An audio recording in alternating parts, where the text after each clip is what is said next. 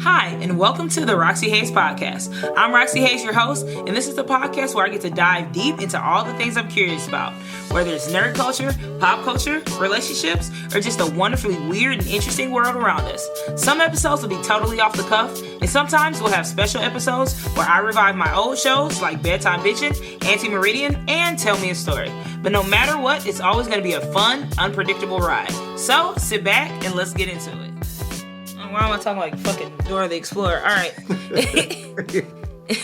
Hey, y'all. Welcome back to the Roxy Hayes podcast, where we talk about love, chaos, food, and feelings. And today we're doing all of that in one spicy, savory episode. We're diving into the world of romantic meals, the foods that start relationships, end them, and sometimes can fix them. And who better to have in the kitchen with me than chef, content creator, and all-around flavor king, Patrick Lee, yay!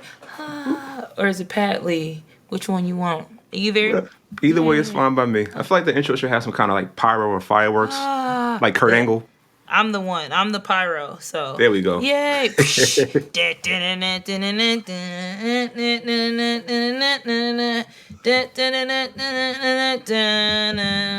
what you wanted? Running up the stairs montage. There we go. Patrick Lee. Not a theme song. You suck. Whoa. You said Kurt Angle. You want Kurt Angle? You gonna get Kurt Angle. It's true. It's damn true. All right, so we're gonna start first with, what do you feel like is the best first date meal? Ooh, the best first date meal. Like, this is the one, because you don't want it to be too much, right? It need to be like, I don't even know how would you explain it?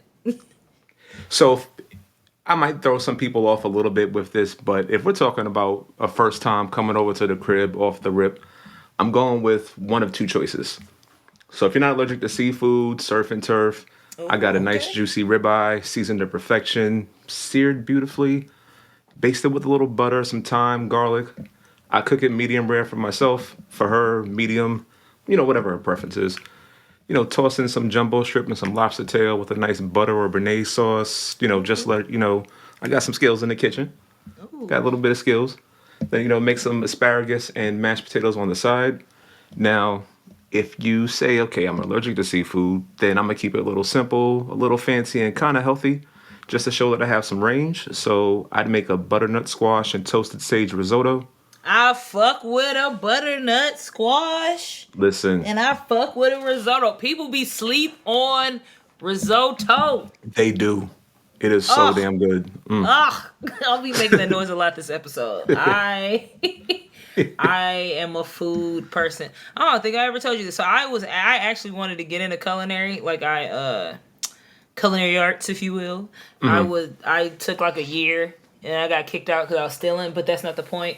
I love food. And so, yeah, I get really excited talking to other people that like food. So I'm just giving that heads up because I'm going to make some big back noises. And I just wanted you to understand where they're coming from. Like, it's the appreciation for a good, well put together meal. Listen, I wanted to be a comedian when I was younger, so maybe we just happened to switch paths. We just switched? Yeah. Because I just knew I was finna be a chef. I knew I was going to have a bakery or a restaurant. Like, I just knew that's what I was finna do. And it was like, no, you're not. Yeah.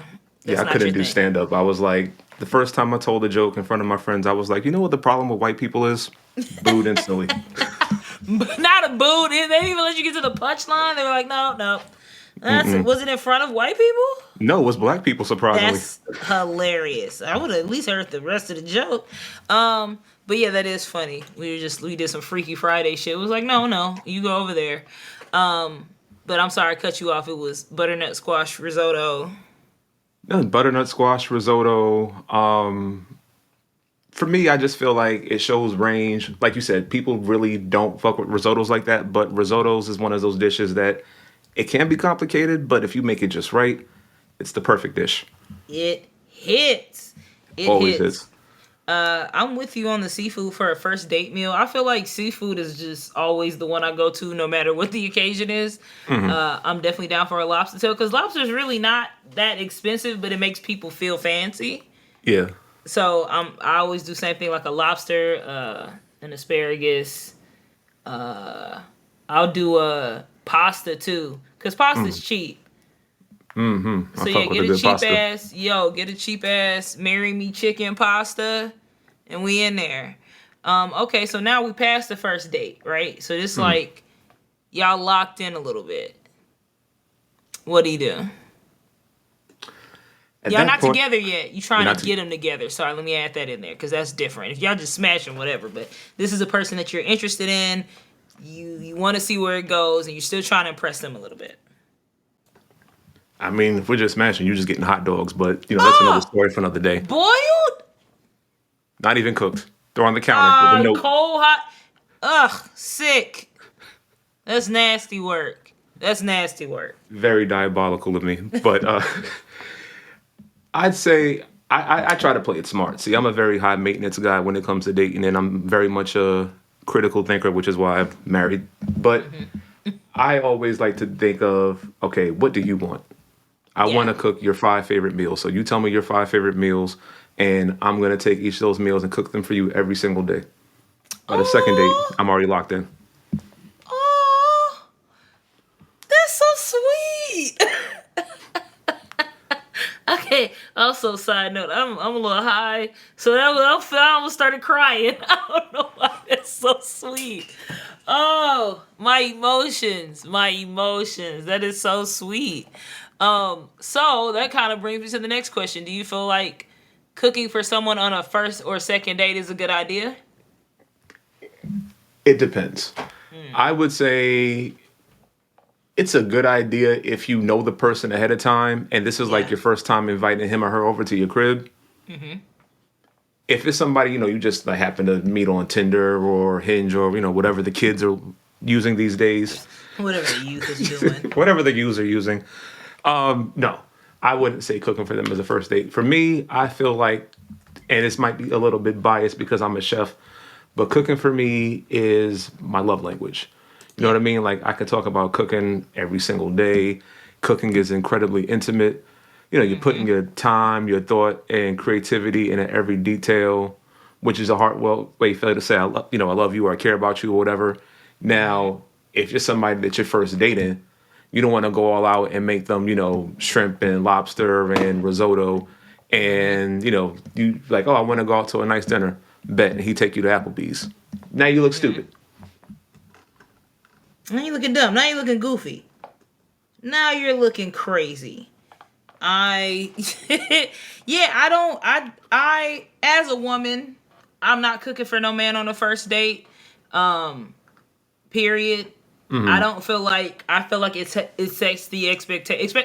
And this might be a new ager thing, like, but dudes are really big now on like, oh, I want a woman that cooks. And like, I'm half domesticated, but I don't want you thinking you getting a home cooked meal every time you come see me. Like, that's not the life that you're finna be living. Yeah. So I don't want anybody I don't even want to set that expectation. And I'm with you too. Like, for me, cooking is something I do for like my family and my close friends. Like, a lot of people think I can't cook, and keep thinking that. Like, I don't want you coming over here thinking you finna get fed.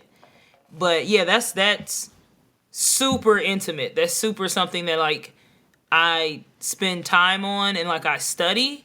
So it's like, I'm not just gonna give that to you and we just met. Like, that's something I might fuck, but I'm not gonna make you no food. Like, I'm just not, that's not what I'm finna do.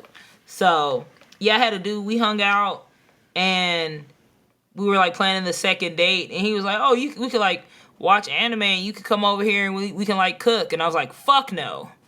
Hell no. Like, that's not, fuck no, I'm not coming. Cause that's time. Like, I have to go get the ingredients.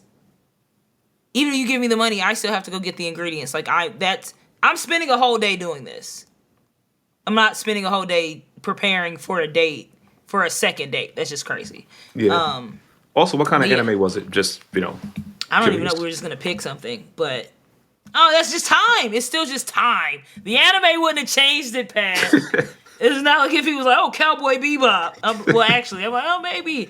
But no, that's just all day. No, I don't like, no, I'm not doing that. Fuck no. So, ladies, don't be out here cooking first date.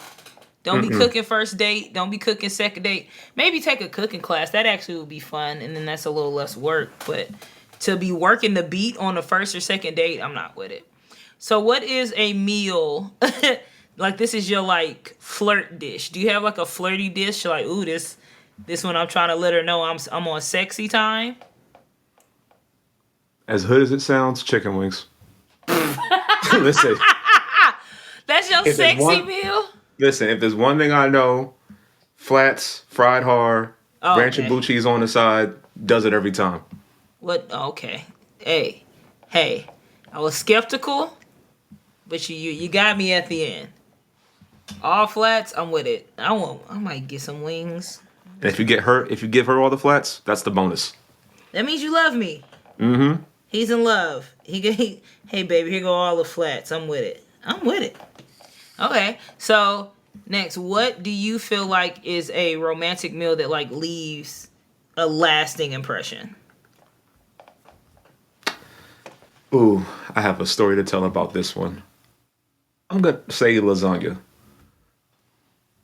Yeah, I'm gonna go with lasagna. Why lasagna? And feel free to tell the story. We have time. So, when my wife and I first got together, one of the dishes that she made for me was a lasagna. I think about it even to this day, and I say that I think about it to this day because I'm not really a picky eater, but as you can tell on my social media, when I talk about food, I have a lot of commentary on it. Like I'm judgy. I talk about the texture. Like it's not just you can put a piece of food in front of me, I'm going to eat it and go, oh, this is good. I overanalyze because that's just the chef in me. So one day she makes me this lasagna and she brings it to me in this cute little aluminum pan with a Ziploc bag full of chocolate chip cookies. And mind you, this is like when we first started dating. I was like, bruh, if I fumble this is 100% my fault.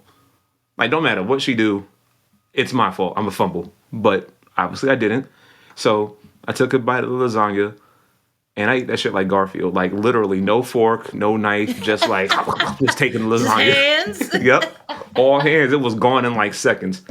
And the irony of it all is that we've been together almost 6 years and she hasn't made this lasagna since. Oh, so, damn. She was like, oh, got him. Yeah, like she lured me in with cooking and I'm the one who does most of the cooking. So it works out. Hey. Well, how many dates in were y'all? Ooh, about probably 2 or 3. 2 or 3? Okay. And to be fair, even though she cooked for us first, I did take her to a lot of like fancy restaurants initially, but she was the first one who made the move with the recipe. With the cooking. Yeah. And I'm with that. Hey, let's go out first, then once we're comfortable. I feel like that's different for other people. For me, hey, it's date 12. It's date 12 for you coming up in my house or my space. But for some people, it's a little quicker. I'll be meeting weirdos. Listen. So I'm glad that you weren't a weirdo. You're hearing this from a guy. These niggas is crazy out here. Like they're wild. 15 dates should be the minimum, but 12 is a safe number. Yeah. They're crazy. And then it's like, oh, I think he's a good guy. And it's like I don't know what be happening. But they're like, oh, you're comfortable with me now? Perfect. Let's ruin your life. It's fucking crazy. But I love love. So here's hoping. So what do you feel? What's your like comfort food? Ooh, good question. Thanks. I'd say a honest comfort food for me is pasta. Because you can't really go. I mean, you can go wrong with pasta, but I feel like pasta is so versatile. Pasta. It is. It's very hard. But like it's so versatile. I feel like I can eat a pasta and I can take a long ass nap afterwards. Mm-hmm. No issues. No, my stomach hurt. No, I got a headache. Give me a nice bowl of some ziti, and I'm good. We in there. Wait, it's something like hitting. I think it's something like hitting your mic. I don't know what that is. Yeah, let me fix that. All right, we good. Okay, perfect. So yeah, I agree. I think a good pasta just feels like home. Also, just like growing up broke. spaghetti. Like, I don't know. Like, it just feels like, love. You're full. You're always gonna get full with a pasta. Yeah, it feels good. It feels good. What do you feel like, or what do you think about like aphrodisiac foods? You know, as funny as it sounds, I haven't or really don't eat too many aphrodisiac foods. Ooh, As okay. much as I've always wanted to try them, there's always been something weird to me about oysters. You like And oysters? I've never had oysters before. Don't. Never? It's kind of like taking away my chef card, but the black card. Like, I've never had oysters before. I was supposed to try it this year. I saw some like really good char grilled oysters with like the cheese and everything, and I was like, oh my god, I have Oh to my try god, that. those are so good. I need to. Yeah, you need to like. Depending on how it's made, that shit hits. Now I am a seafood fiend, so I'll be eating them raw. It took me a while to start fucking with the horseradish and shit on it. I was not liking it. I was just doing like the cooked ones, like you said, with the cheese and the stuff on it, the sauce. But yeah, I fuck with a raw oyster. Yeah, hey, go get these oysters. Stop playing. I definitely need to stop playing. But the thing is, I Fresh can't get oysters. oysters around here in Delaware because the food scene here more or less kind of sucks. Oh, really? Yeah, it's not that good. So like, I'm trying to think of where I went. So I went to San Francisco last year. I went to this bomb ass Mexican restaurant called La Taqueria. So good, so delicious. And then I come back home to Delaware, Chick-fil-A, McDonald's, some random white guy's hot dog spot. Like it's basically any town USA food here.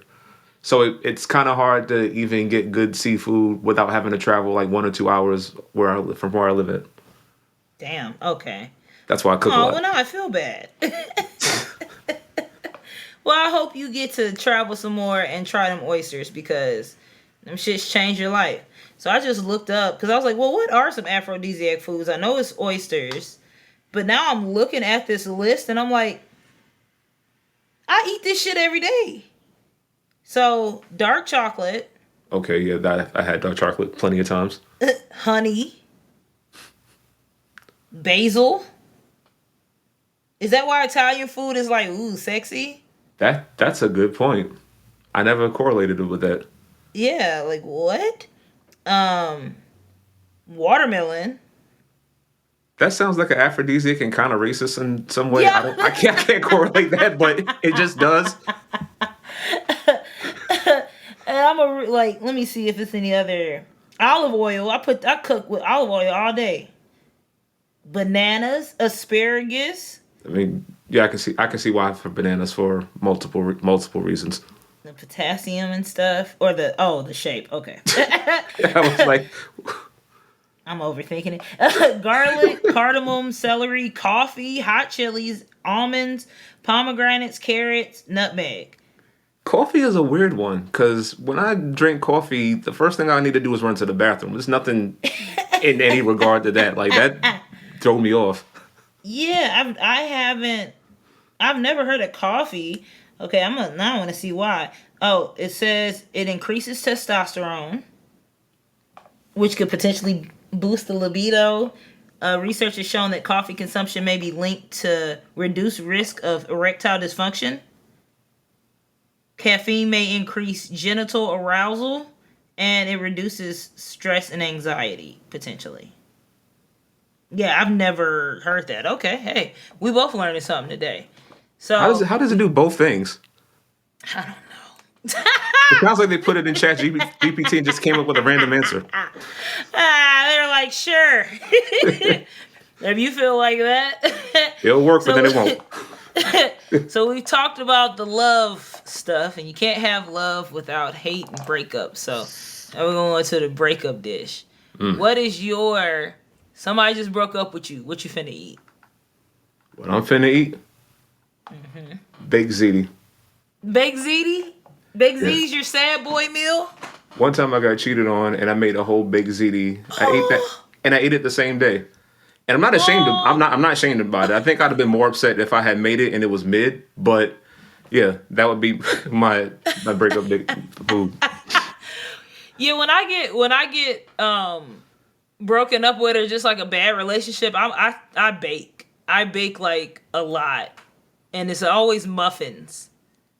It's usually like muffin, some type of spice muffin. I never even thought about this. Yeah, it's a spice muffin with like a cream cheese and a some type of fruit compote or something like that. That sounds good. Compote. Yeah, I'll be fucking it up. But yeah, I think that if we're talking just food, it's probably spaghetti, honestly, because it's cheap and I'm sad. Or pizza. Pizza. I don't make my crust. I ain't got the time for that. But yeah, I'll do everything else. I make the pizza. Yeah, pizza's my sad bitch meal. I'm gonna just sit there, eat a whole pizza, watch anime. So nothing changes. But yeah, now I'm just doing it sad. I'm watching sadder anime. I'm gonna go watch Grave of the Fireflies or something like that. What do you feel like is your best like? So is that okay? I know it's your sad boy meal, but do you have like a meal that instantly makes you feel better when you're sad? I'd say, as weird as it sounds, I'd say soup. Ooh, nah, that's not weird. I love a soup. I'm a soup connoisseur. What's your favorite soup? It's two of them. The first one is New England clam chowder, and the second is a lobster bisque. Oh my god. Yo. I love a fucking bisque. Okay. I will fuck up. I might get some clam chowder today. I was trying to figure out what I was going to eat. Now I want some clam chowder. Yo, have you had lobster crawfish bisque? Mm-hmm. Oh my god. I think a reason why that's probably my happy meal after a breakup would be because it's a lot that has to go into making a soup. It's like there's a lot of chopping vegetables. It's making your stock. It's time consuming. So I'm thinking more so about the recipe than I am about the situation at hand. So I think I kind of get over it, especially when I put all that work in. You can shift your focus. Mm-hmm. I like that. I like that explanation. Damn, I was craving that Olive Garden, the gnocchi soup. But Olive Garden's nasty now, so I made it in the crock pot. Oh my god, it was so good. I've never liked Olive Garden. Yeah, when I was younger, it used to hit. The breadsticks were good. The breadsticks were fire. I always get the same thing as like the gnocchi and then the chicken Alfredo. Like that's all I ever got. The soup, the salad, and that. I didn't like once I started trying to get the spaghettis and the other stuff. I didn't like it, but I rocked with the Alfredo. It's terrible. I went like maybe 2 years ago. I was with my friend, and we were trying to get some food, and it was either like Olive Garden or I think like Red Robin. I was like, bro, let's just go to Red Robin. Olive Garden is nasty. He was like, no, it's not. I'm like, Olive Garden is disgusting. He was like, I had it a couple years ago. I'm like, that was a couple years ago. Like, we're grown now, and I'm telling you, it's nasty. And we went in there, and I got my soup, and the soup was cool. The soup and the salad, I'm good. He got, what's that tour to Italy? With all the stuff. And he was pissed. He's like, this shit is disgusting. I'm like, yeah, I told you. Because we're grown. When you're like 20, it's good. When you're 19, it's fine. You know, but as a 30-something, no. Because you've eaten better food. So way now you know. Food. Yep. You've done better. All right, so now I'm going to throw some random ingredients at you and tell me like how this makes you feel. Canned tuna, frozen peas, and instant ramen. Broke white college kid. A rotisserie chicken, fresh basil, and some type of jam. Sounds like a really good idea for a Thanksgiving dinner. Leftover spaghetti, half a bottle of wine, and chocolate chips. I just got over a breakup and I need to comfort myself in some food. I'm with that. So, that is actually the end of this episode. I had a great time. Now I'm hungry. Listen, I'm about to go cook in a minute. What you finna cook? Smash burger. I've been craving a burger for the longest. Ooh, I want a burger. I might get a burger. Do I want to make a burger or get one? Well, now we've been talking all this shit, I gotta make one. Well, if you were to get a burger, where would you get it from? Ooh, that's been hard out here because I don't eat beef or pork. And I just started back eating meat. So like chicken and white meat and seafood. So like I've been having a hard time finding a burger I like because I'm still getting used to chicken and turkey. And so like some of this shit been dry. But honestly probably would be Red Robin. There's no Red Robin over here. But I fuck with Red Robin. If I'm picking up a burger, Red Robin. Fat Burger is actually not bad, but it's not big enough. Like, I'd be eating. So it would probably be Red Robin. It's some from a barbecue spot, but that's been my issue with LA. Like, I haven't found no barbecue spot I like. But I'm from Texas, so I'm always a little biased. Yeah, I can definitely understand that. I love Texas food. If I could move anywhere, maybe not this climate, but I would definitely move to Texas if I had a chance. Yeah. Same. But yeah, what about you? Like, where's a good burger spot?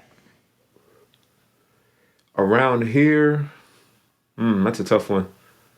I'd probably say Red Robin. If I wanted to get like an actual fast food restaurant style burger, usually I just make it myself. But I know since we mentioned Texas, the best burger that I've had, I'd probably say in the last 5 years is Trill Burger, Bun B spot. Oh, let's go. Yeah. Oh my God. And since you were mentioning that you don't really eat beef or you just got back into beef, was thinking about making a recipe. Not that it would help you because obviously you're too far to eat it though, but I was thinking about making a salmon burger and a shrimp burger. Oh my God. Okay. I gotta stop yelling.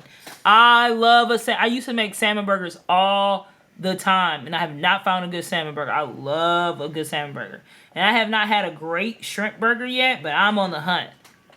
So yeah, hey man, mail me something. I'll send it to you through UPS. Hey, I fucks with it. Send me them croquettes too. Oh yeah, I got the croquettes. So I think I owe you a cheesecake. You do, yeah. Let me calm down.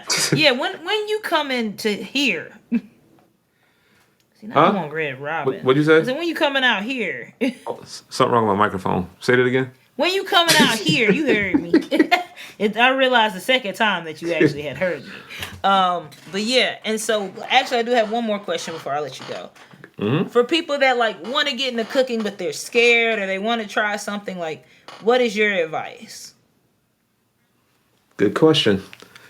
I'd say, as cliche as it sounds, because I tell people the same thing with content creation and with cooking, you just got to get in there and do it. Mm-hmm. I didn't go to culinary school. Haven't worked at restaurant. Well, I worked once I became more popular in the culinary field. I worked in some restaurants, but I didn't get my start in restaurants or culinary school. I picked up a box of pancake mix because I was hungry. And I was fat at the time. And I was 7 years old and I wanted something to eat. And I made a pancake. And just from there, I just had a love of cooking and I built my confidence. Like sometimes you don't know if you're good at something unless you actually try to do it. Yeah. I love that. Thank you. I appreciate the advice. So for all y'all out there, just try it. Fuck it. What's the worst that can happen? Let's see what happens. At least make sure you season it, though. If whatever you're cooking, even if you mess it up, at least season it. If it's seasoned, it's at least edible. Mm-hmm. So thank you, Patrick. I very much appreciate it. Tell the people where they can follow you, watch your content, and see what you're cooking up next. So you can follow me on YouTube, Instagram, TikTok, all social media platforms at cookingwithpatlee.com. Well, sorry, at cookingwithpatlee. Cookingwithpatlee.com is actually my recipe website. I share recipes every single day, and I share and make recipes that anybody can make at any skill level, and they're affordable and won't cost you too much in your budget. So make sure you follow me there. I'm considering doing some cooking classes, but by the time this podcast airs, I might change my mind. So if I decide to do cooking classes, I'll let y'all know. Yeah, like, don't hold me to it. And that's it for today, y'all. Whether you're cooking for your lover, or just yourself, remember, food is love, food is healing, and also food is messy, just like us. So make sure to subscribe, follow Pat. Until next time, stay curious, stay saucy, and do whatever the fuck you want. Peace. Bye. Goodbye. If you enjoyed this episode, be sure to follow me on social media at Roxxy Hayes, ROXXYHAZE. And if you'd like to support the show and get access to exclusive content, visit my Patreon at patreon.com/RoxxyHayes. Don't forget to like, comment, subscribe, and turn on notifications so you never miss an episode. See you next time, and stay curious.